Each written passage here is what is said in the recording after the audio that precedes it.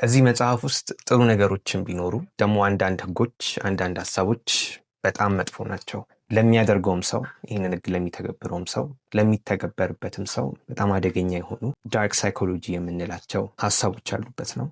ዛሬ እናያለን። ስሜ ዩል ይባላል። በዚህ ቻናል የተለያዩ መጽሐፎችን ሪቪው እናደርጋለን። ሳይኮሎጂ ጋር በተገናኘም የምናወራቸው ነገሮች ይኖሩናል። እንዲህ አይነት ነገር የሚመቻችሁ ከሆነ ሰብስክራይብ እና ላይክ ማድረጋችሁን እንዳረሱ። የመጀመሪያው ህግ የሚሆነው 16ኛው ህግ ነው። ክብርህን ለመጨመር ብዙ አትታይ ወይም ጥፋ። ይህ ህግ ከላይ ሲታይ ኖርማል ህግ ነው የሚመስለው። ሀሳቡ ቀላል ነው። ብዙ ጊዜ በታየ ቁጥር አካባቢ ያለው ሰው ለአንተ ያለው ክብር ይቀንሳል። ደግሞ ብዙ ጊዜ ሳትታይ ስትቀር፣ ስትጠፋ ሰው ለአንተ ያለው አስተሳሰብ ይጨምራል፣ ስለአንተ ማሰብ ይጀምራል፣ በተዘዋዋሪ ያከብርሃል የሚል ሀሳብ አለው። በኢኮኖሚክስም ስናየው መጽሐፉ እንደ ምሳሌ የሚወስደው ኢኮኖሚክስን ነው።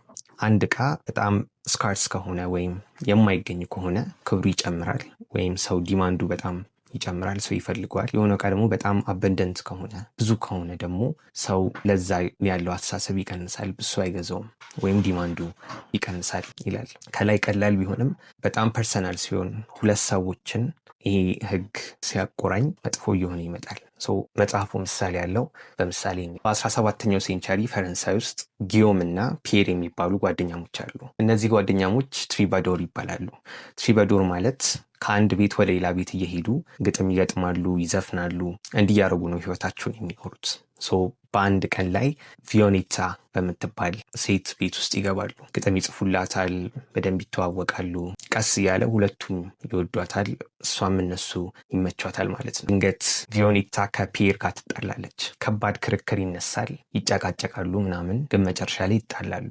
በዛ ጊዜ ጓደኛው ጊዮም ሌላ ቦታ ሄዶ ነበር። ጊዮም ሲመጣ አስታርቀን ብሎ ይለምነዋል። ፈቃደኛ ሆኖ ያስታርቃቸዋል ማለት ነው። ከተታረቁ በኋላ ፒየርና ጊዮም ሲያወሩ ፒየር እንደዚህ ይለዋል ጊዮምን ማለት ነው። ተጣልተን ስንታረቅ በጣም ደስ የሚል ነገር ነበረው፣ ፍቅራችን ጨምሯል። ደግሞ ጥላቸው በጨመረ ቁጥር ጊዜው ሲረዝምም ስንታረቅ ያለው ፍቅር በጣም ደስ ይላል ብሎ ይነግረዋል። ጊዮም እንደዚህማ ከሆነ ይህን ነገር እኔም ልሞክረው ብሎ ተጣልቶ ወደ መታረቅ ፍቅር እንደሚጨምር ስለነገረው ጓደኛው እሱን ነገር ለማድረግ ይወስናል ማለት ነው። ከዛ ጊዮም ምን ያደርጋል?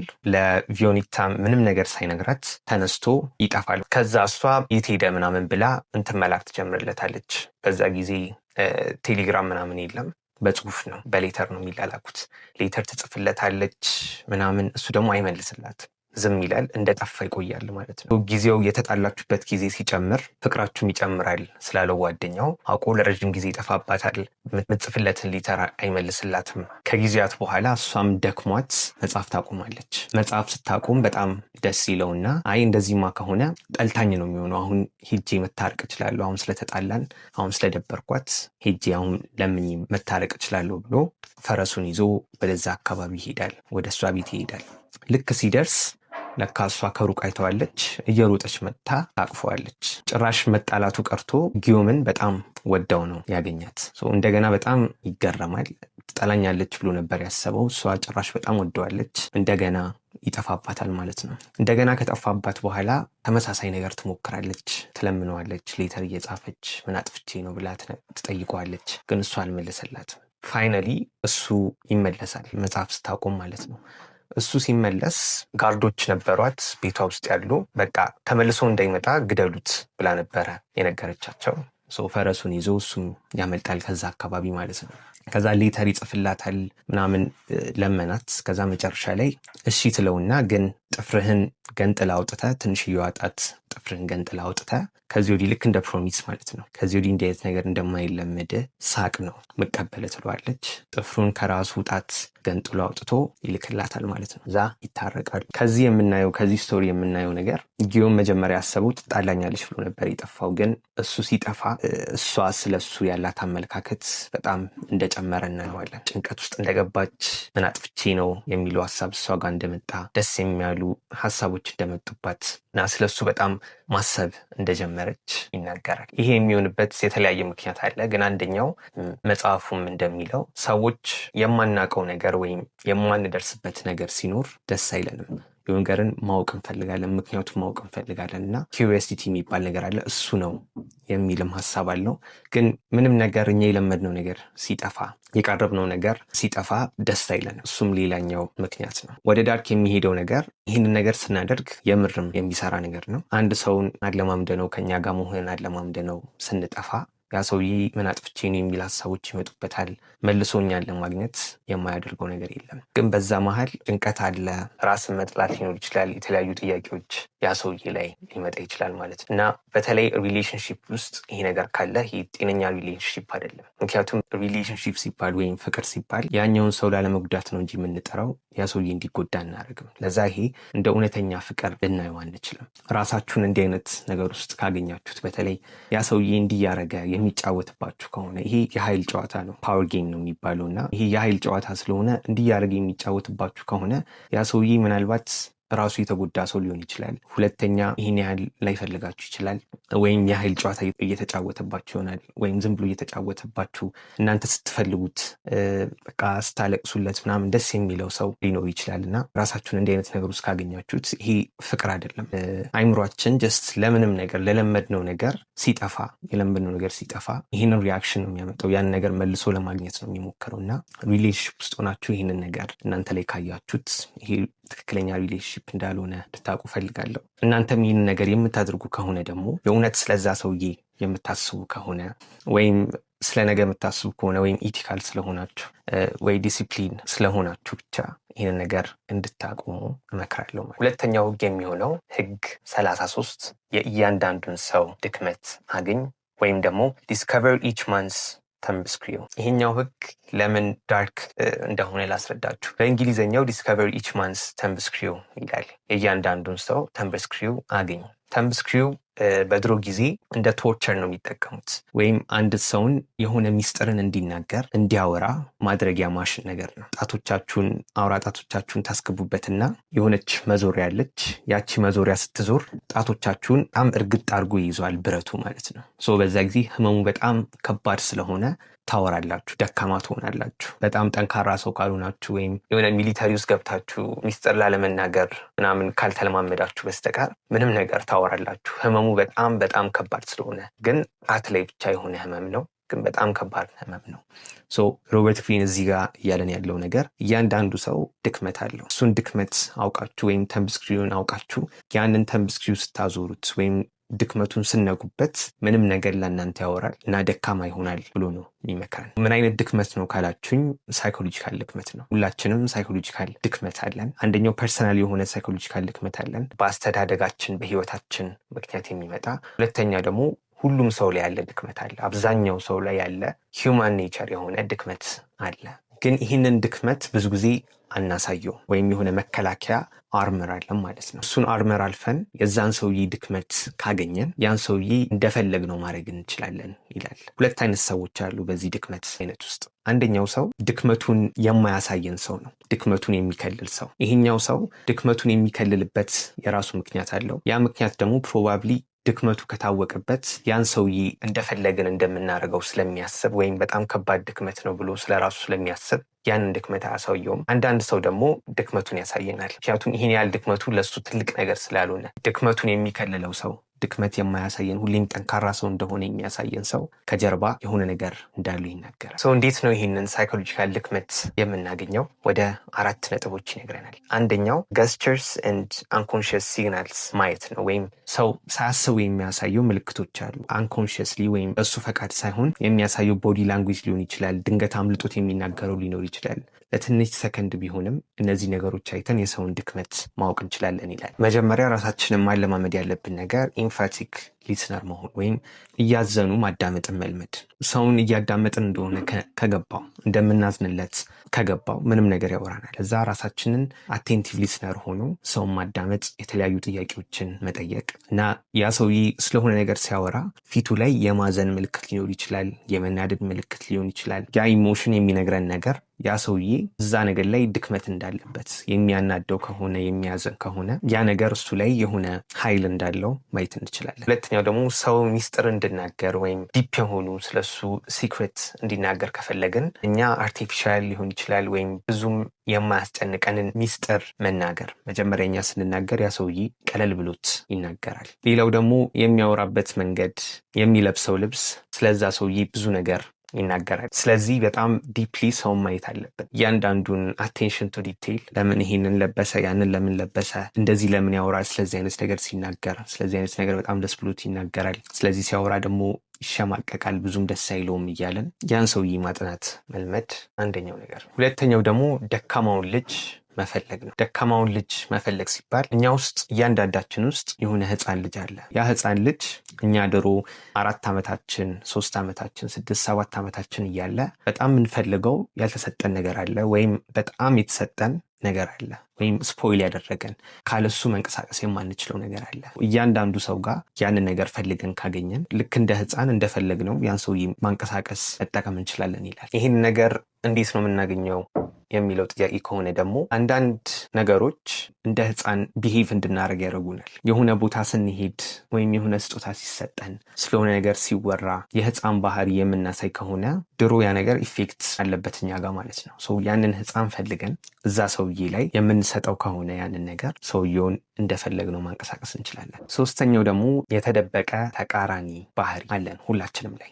ለምሳሌ በጣም ደስተኛ የሆነ ሰው ከጀርባ አዝኗል። በጣም አይናፋር የሚመስል ሰው ደግሞ አቴንሽን ይፈልጋል። በጣም ጢባራም ደረቱን ነፍቶ የሚሄድ ሰው ደግሞ ከጀርባ በጣም ትልቅ ድክመት አለው። ቅድም እንዳወራ ነው ሰው ድክመቱን ይሸፍነዋል፣ ድክመቱን ማሳየት አይፈልግም። እና ያ ድክመት ደግሞ በጣም ትልቅ ከሆነ ወደ ተቃራኒ ነው የምንሄደው። በጣም የምናዝን ከሆነ ፊታችን ላይ ሁሌም የመደሰት ባህሪ ይኖረናል። ትንሽዬ ሆነን ደግሞ ለራሳችን የምንታይ ከሆነ ያንን ነገር ላለማሳየት ደፋር ሆነን እንታያለን።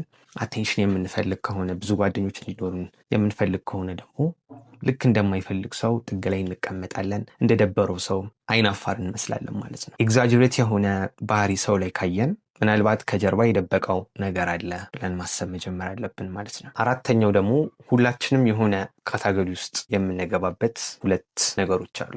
አንደኛው ወይ ኢንሴኪዩር ነን፣ በራሳችን አንተማመንም። ሁለተኛ ደግሞ ደስተኛ አይደለን ወይም አንሃፒ ነን።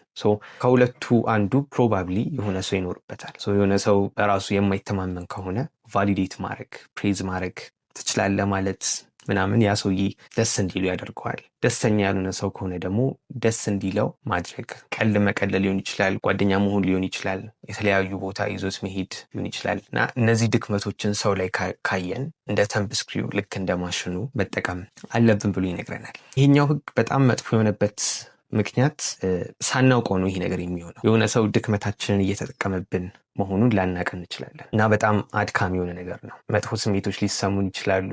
ይህንን ነገር እኛ ላይ ሰው እያልተጠቀመ መሆኑን ደግሞ የምናውቀው ለሌላ ሰው የማናደርገውን ነገር ለሆነ ሰው ስናደርገው እኛ ሳናውቀው ማለት ነው፣ ሳይገባን ራሳችንን ስናገኘው ለዚህ ሰው በጣም የሆነ እናደርጋለን። ከሌላው ሰው የተለየ አቴንሽን እንሰጠዋለን። ምናልባት ይህ ሰውዬ ድክመታችን እየተጠቀመ ሊሆን ይችላል የሚለውን ነገር ማየት አለብን። ሶስተኛ ህግ ደግሞ ህግ 31 ምርጫዎችን ሁሉ ተቆጣጠር። ሰዎች ምርጫ እንወዳለን። ኦፕሽን፣ ፍሪደም፣ ነፃነት የሚባሉ ቃላቶች በጣም ይሸነግሉናል። አንድ ነገር ብቻ ይህን ነገር ነው ማድረግ የምንችለው ከምንባል ከኤ ወይም ከቢ ምረጡ ስንባል በጣም ደስ ብሎን ከኤ ወይም ከቢ የሆነ ነገርን እንመርጣለን። በአብዛኛው ደግሞ 2 ነገርን ለመምረጥ እንሞክራለን። ኤ ወይም ቢ ምረጡ ስንባል CDEFG ምናምን ረስተ ነው ከኤ እና ወይም ከቢ አንዱን ብቻ ነው የምንመርጠው። ይሄ የሚሆንበት የራሱ ምክንያት አለ። አንደኛው አንሊሚትድ የሆነ ቾይስ ካለን ወይም ኦፕሽን ካለን የማያልቅ ምርጫ ካለን ያ ነገር ፓራላይዝ ነው የሚያደርገን። ምን እንደምንመርጥ አናውቅም። ግን ያ ምርጫ ሲጠብልን 3 ሲሆን 2 ሲሆን 4 ሲሆን ለመምረጥ ይቀለናል። ግን አንድ ብቻ ምርጫ ከሆነ ደግሞ ነፃነት ያለን አይመስለን፣ እየተገደድን ነው የሚመስለን።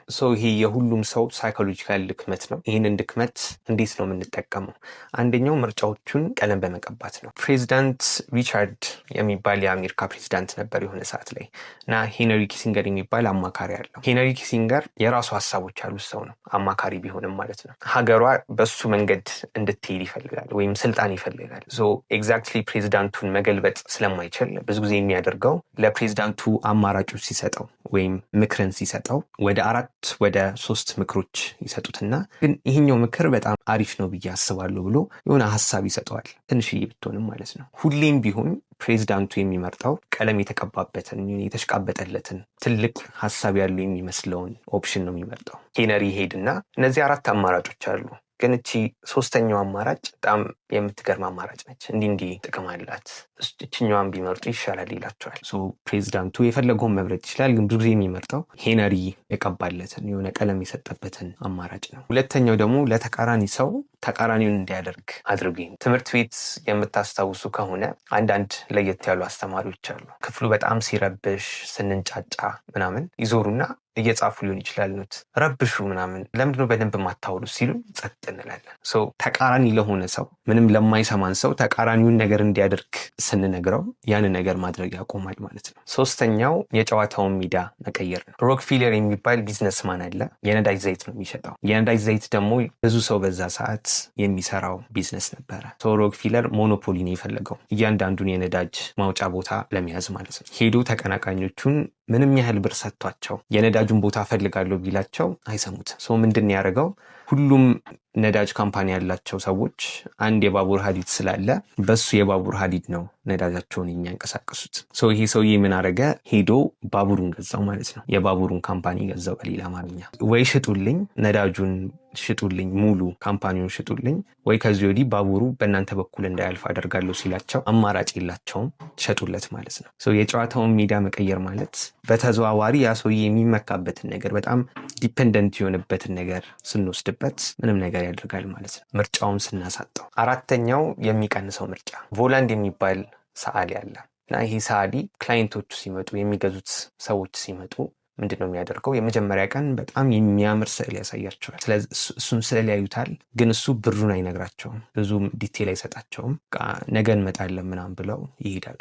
ነገ ሲመጡ ያንን ስዕል እንፈልገዋለን ሲሉ ከሱ አነስ ያለ ስዕል በማማር ብዙም የማያምር ስዕል ያሳያቸዋል። ይህንን ነው ያሳየዋችሁ ብሎ ማለት ነው። በጣም ግራ ይጋባሉ። እሺ በቃ ሌላ ጊዜ እንመጣለን ብለው ደግሞ ሌላ ጊዜ ሲመጡ ከዛ ደግሞ በጣም የሚያስጠላ ስዕል ያሳያቸዋል አውቁ ማለት ነው። አማራጭ የለንም፣ ቀጣይ ደግሞ ከመጣን ሌላ የሚያስጠላ ስዕል ያሳየናል ብለው ይገዙታል ማለት ነው። ይህንን ነገር በዚህ ጊዜ እንዴት እንጠቀመዋለን? ሰዓሊ ካልሆንን ግን ሻጭ ከሆንን ደግሞ የሆነ ሰው የሆነ ጫማ አይቶ ብሩን እንነግረዋለን። እሺ ነገ እመጣለሁ ብሎ ነገ ሲመጣ ከነገ በላይ ብሩን ጨምረን እንነግረዋለን። ሌላ ጊዜ ሲመጣ ደግሞ እንደገና ብሩን እንጨምርበታለን፣ የዛን ዕቃ ማለት ነው።